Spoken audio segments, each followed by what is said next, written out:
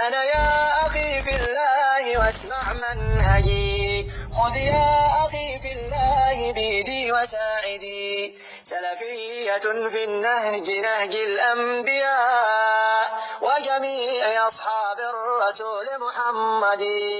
Alhamdulillah wa salatu wa salam wa ala rasulillah amma ba'd. Assalamu alaikum wa rahmatullahi wa barakatuh. Brothers and sisters, welcome back to a new lesson of Manhaj Mondays. As you guys know, this is a series in which we're offering a £500 cash prize to the one who gets the highest mark for the test that's going to be made apparent to you guys in due time, inshallah ta'ala. So if you want to get that £500, you've got to click the link right here and watch this series from the beginning if you haven't. Or if you've missed some lessons, again, click here. It will bring you to the playlist where all the other lessons are. And if you say to yourself, hey, I don't care about the money, which is okay, you don't have to care about the money, then I still would like you to click here if you've missed the previous lessons. The reason I say that is because, you see, on this program, each lesson is actually connected to the lesson after it. It's like a domino effect. One domino knocks over the domino after. In other words, each lesson will be explained by the lesson before it. So you will not understand today's lesson and the terminologies that I use unless you go and you understand the lessons before. So please, I really do urge you, if you want to learn this topic of manhaj and you really want to know what is actually being discussed today, then you have to go back, inshallah ta'ala. Okay, well, for those of you who are up to date, let us proceed. Today's lesson is titled Salafi versus Moderate Muslim. Salafi versus Moderate Muslim. In this video, in this lesson, you are, inshallah ta'ala, you're going to learn what a real moderate Muslim is. This is a discussion that we have a lot nowadays. It's in the news, in the media, everyone talks about it. Extremist Islam, radical Islam, then we've got moderate Islam. What is a moderate Muslim? It's important to know. This is an issue of manhaj. It's important to know what really is a moderate Muslim.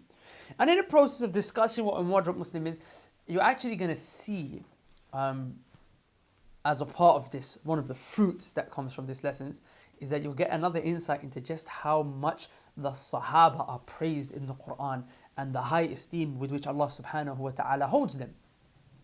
So, let us proceed.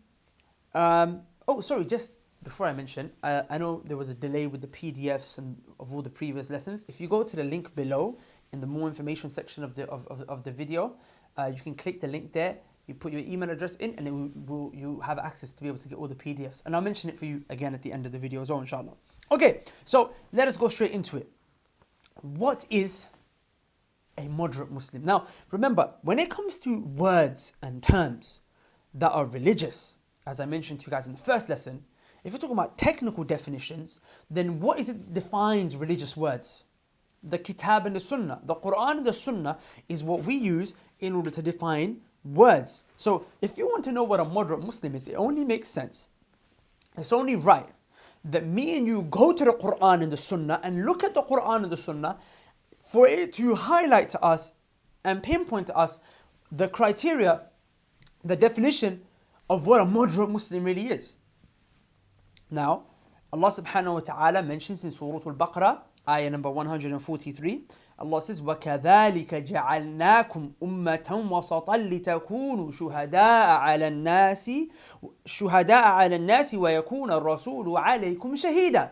Allah subhanahu wa ta'ala said, and we made you, جَعَلْنَاكُمْ, we made you people right there, you. We made you ummatan wasata. We made you a balanced nation. We made you a moderate nation. Ummatan wasata. We made you a moderate nation. A moderate ummah. The word ummah means nation. We made you, ja'alnakum, we made you people a balanced, moderate ummah, balanced, moderate nation. Now, question, brothers and sisters, this ayah, when it came down and when Allah said, ja'alnakum, we made you people, who is it talking to? Who are the first people that this ayah touches? Who are the first people that this ayah is directed to? Who was the first group of people that could stand up at that time when this ayah came down and say, we are the only ummah, we are the only Muslim ummah right now? Brothers and sisters, it's none other than the Sahaba, right? The Sahaba radiyallahu anhum, the companions of the Prophet alayhi salatu was salam, they were what, brothers and sisters? They were the only ummah at the time. So when this ayah came down saying, you're a balanced nation, you're a moderate nation. You're moderate. You people are moderate. You Muslims, you're moderate Muslims. You are the moderate Muslims. Brothers and sisters, the ayah came down and it was talking about the Sahaba before it was talking about any of us. Now, of course, the word ummah is general and it's broad. And inshallah, we also fall into this ummah, this balanced ummah, by virtue of the fact that we're Muslims. But the first people it was talking about, the prime example, is none other than the companions of the Prophet sallallahu alaihi wasallam. So, brothers and sisters, I want you to think about this now for a second, okay? If we're saying that the Sahaba, pay attention, okay? If we're saying that the Sahaba are the ideal moderate Muslims, and they are the moderate Muslims, then if me and you want to be a moderate Muslim, how do we be a moderate Muslim? By imitating the Sahaba, right? If you do more than what the Sahaba did, then you fall into extremism on one end of the spectrum. You become like right wing. Like the Sahaba, you know how you have the right wing and the left wing? The right wing conservative, like in America, you got the rednecks, they're extreme on the right wing. Then you got the liberals on the left wing. They're like hippies, let's all smoke weed, get high, no problem. Everyone, we all love each other. Let me be a Buddhist and a Christian and a this and a that all at the same time. You've got different ends of the spectrum. If you say the Sahaba are in the middle of the Islamic spectrum, then if you do more than what the Sahaba did, if you try to come with more than what they did, you try to go extreme, you do more than what they did, you go extreme in one direction. And if you do less than what the Sahaba did, you're extreme in the other direction. So the redneck version of the Muslim spectrum is people like ISIS, Al-Qaeda, and the rest of these extremist groups. But brothers and sisters, extremism, that's one end of the spectrum. The other end of the spectrum is the liberal Muslims. The ones that tell you, my hijab is in my heart, my Islam is in my heart, don't judge me, etc., etc., etc. The ones who sing and dance and free mix and whatnot, and hey, we're happy British Muslims. You guys know what I'm talking about, right? Well, that's the other end of the spectrum. And the Sahaba and the ones who follow the Sahaba are in the middle of the spectrum. But you know why that's shocking? Is because if you follow the Sahaba nowadays, they paint you in the same category as the people who follow ISIS and Al-Qaeda and the rest of these groups. Boko Haram and Shabab and the rest of them, Al-Shabab and the rest of them. But if you walk around like the liberals do, hijab, convertible hijab as they say, makeup plastered, as a hijabi, or not even wearing a hijab, or, so on and so forth, they call you what? They say you're a moderate Muslim. Wallahi, that's not moderation, brothers and sisters. Wallahi, that is a form of extremism. It may not be extremism is of, remember, there's ifrat wa tafrit. There's doing more, which is like ISIS, then there's coming less, coming short. If you come short of the Sahaba, you've gone extreme in one direction. If you come more than the Sahaba, you've gone extreme in another direction. But they're both extremes on different ends of the spectrum. But the one who says, I am a Salafi, or he doesn't have to say I'm a Salafi, but he is a Salafi by virtue of his actions. And remember, what is a Salafi? That's why I said, if you don't know, you got to go back to the beginning videos. A Salafi is one who says, I'm going to follow the understanding of this religion according to how the Sahaba understood it. I'm going to follow the Sahaba. I'm going to try and imitate them. I'm going to try and act like upon them. And I'm going to be like the Sahaba and their students, those two generations.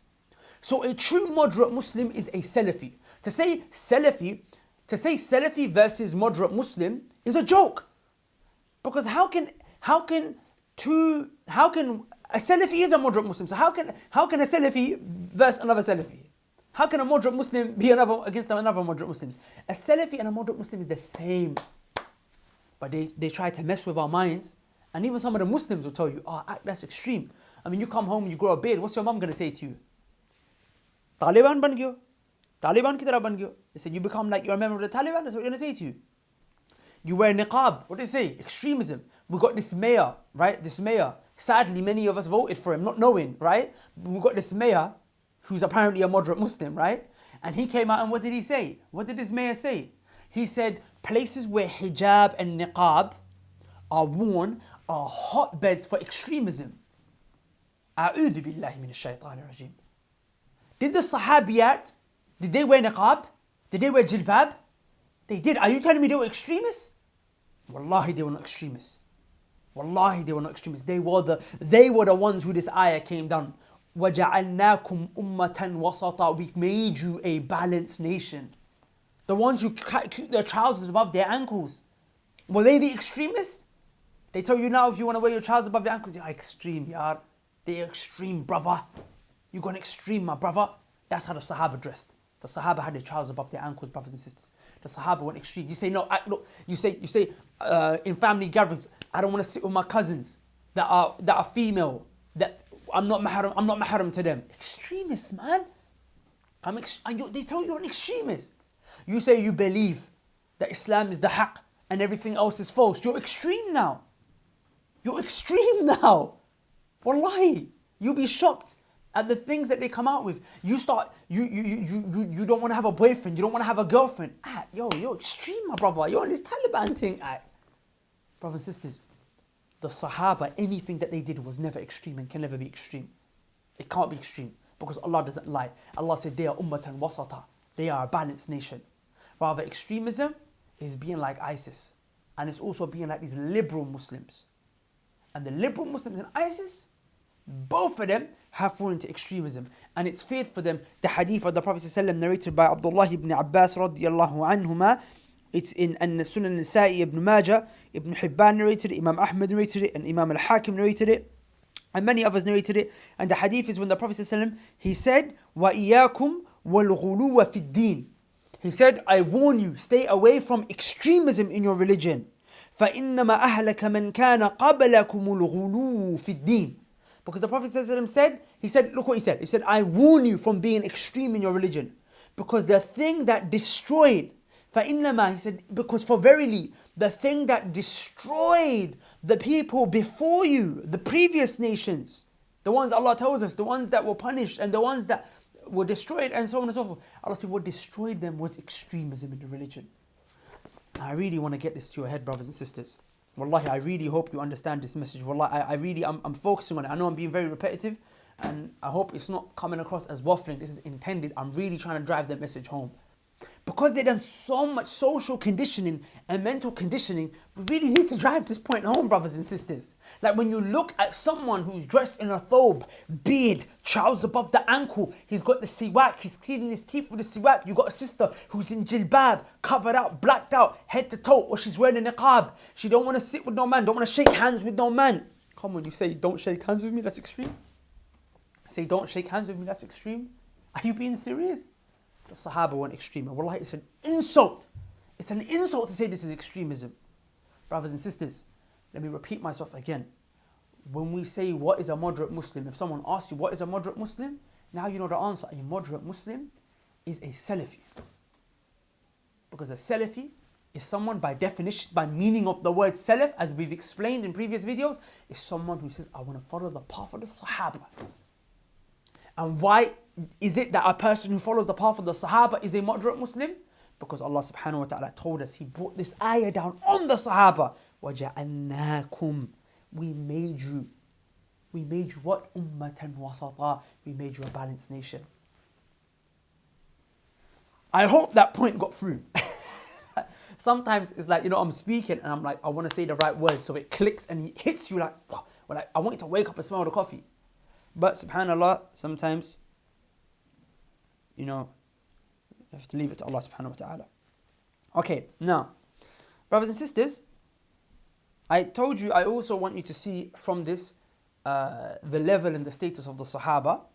And of course you've already seen it by the fact that again Allah praised them as being a balanced nation and so on and so forth.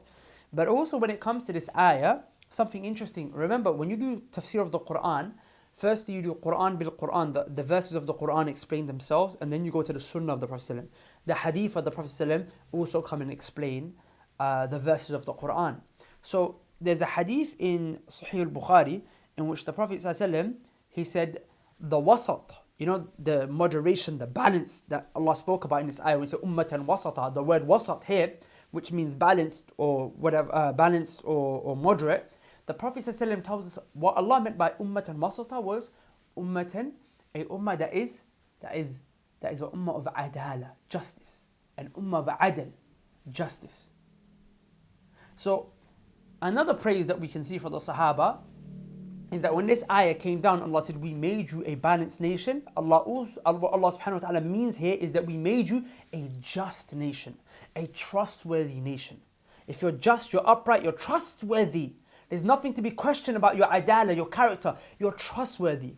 Now, Allah subhanahu wa ta'ala is giving us a seal of approval here that the Sahaba radiyallahu anhum, they're trustworthy people. They're trustworthy.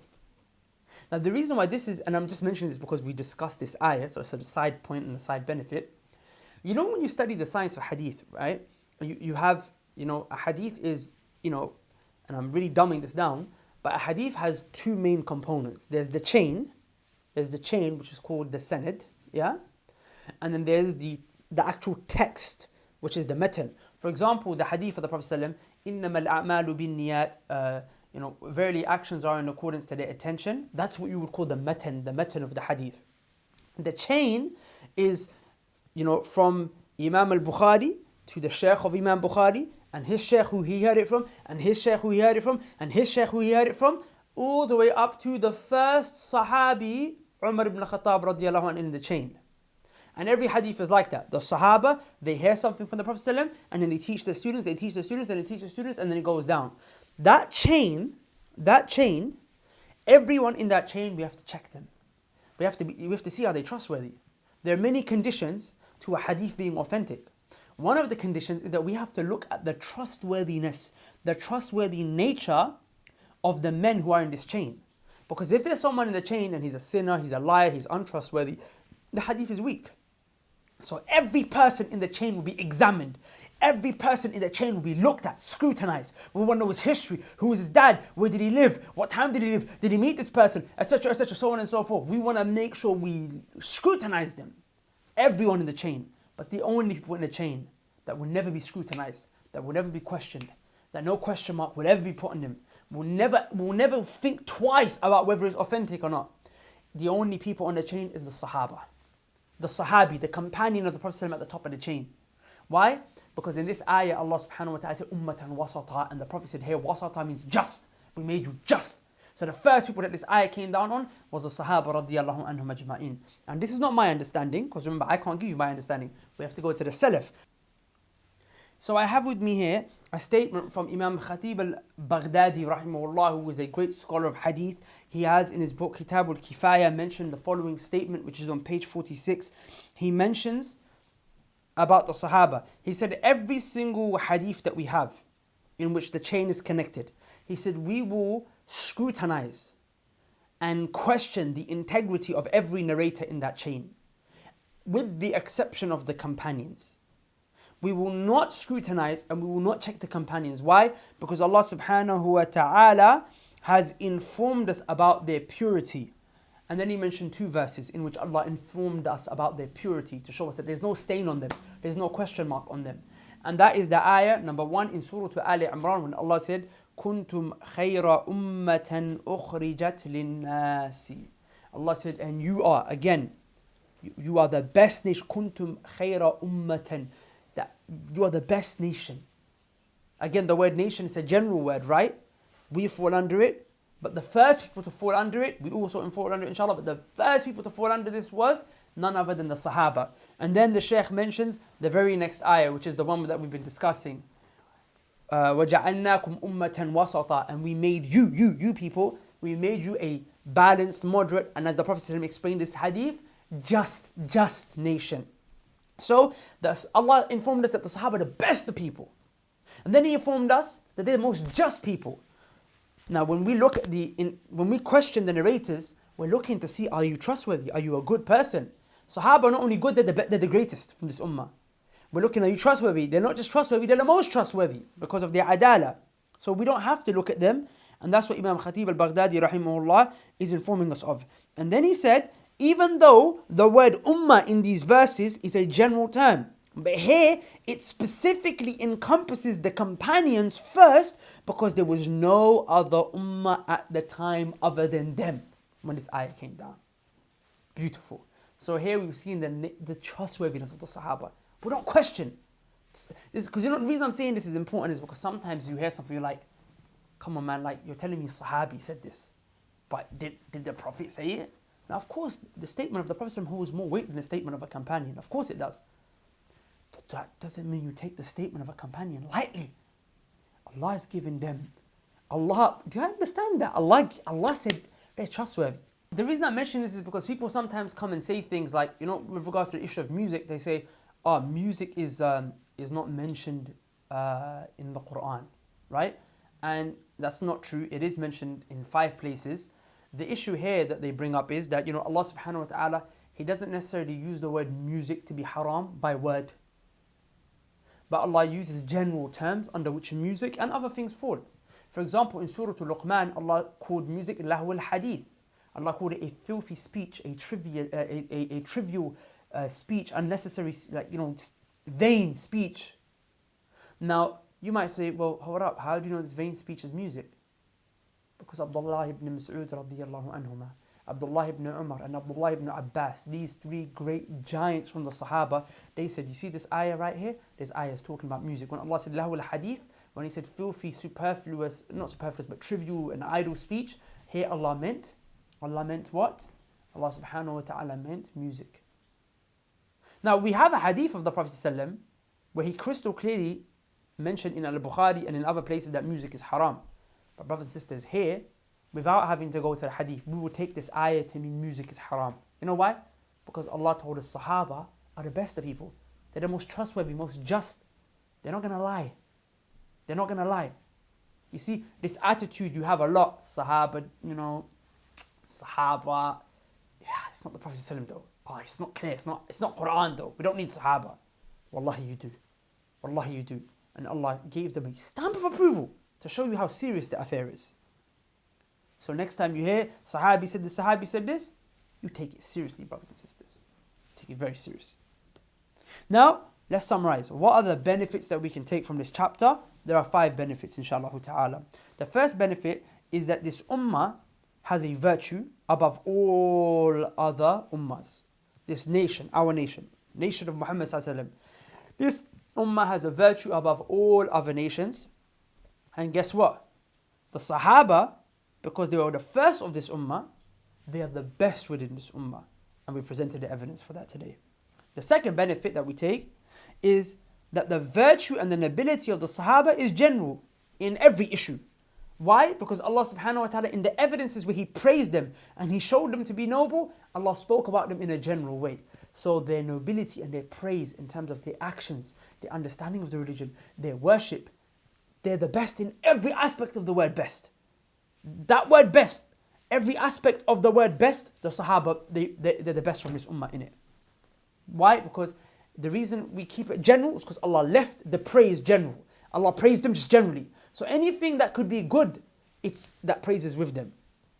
The third benefit that we take is that the Sahaba are the most rightful ones to be described as wasatiyya, balanced, moderate, just, as the Prophet ﷺ explained.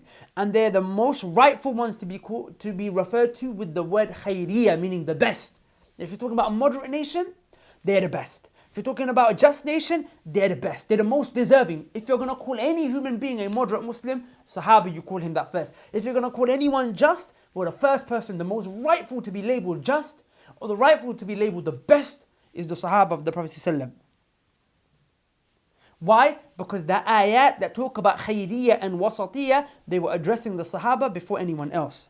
Number 4, the fourth benefit that we take, if the Sahaba are the best people, then it's obligatory that we follow them. Because we were commanded to follow the best of people, the best of generations, right?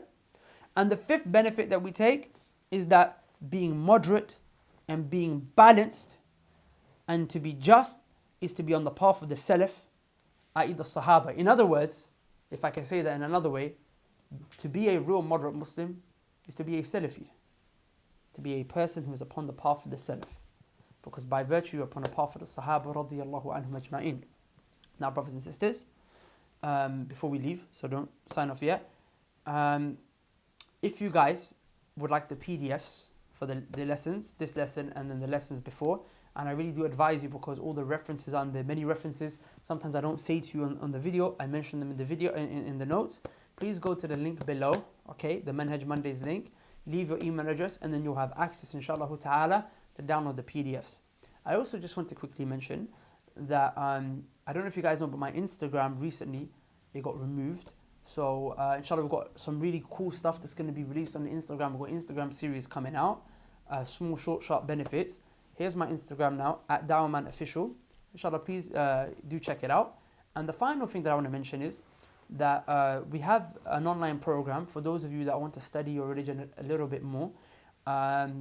It's called the Muslim Survival Guide. Now, this program is especially important for those of you who are taking this series properly. If you think you're taking the series properly, then please check it out. It's for everyone. It was designed for a non-practicing crowd who wants to start practicing, or a semi-practicing who wants to take their religion seriously. The reason we call it Survival Guide is because we teach you, we share with you the knowledge that you need in order to survive. You won't survive in the religion, in this life or the next, if you don't know this stuff. So just give it a check, give it a look out. Go to the link below. It's also going to be there, inshallah ta'ala. I leave you there. Assalamu alaikum wa rahmatullah. See you next week, Monday. Peace.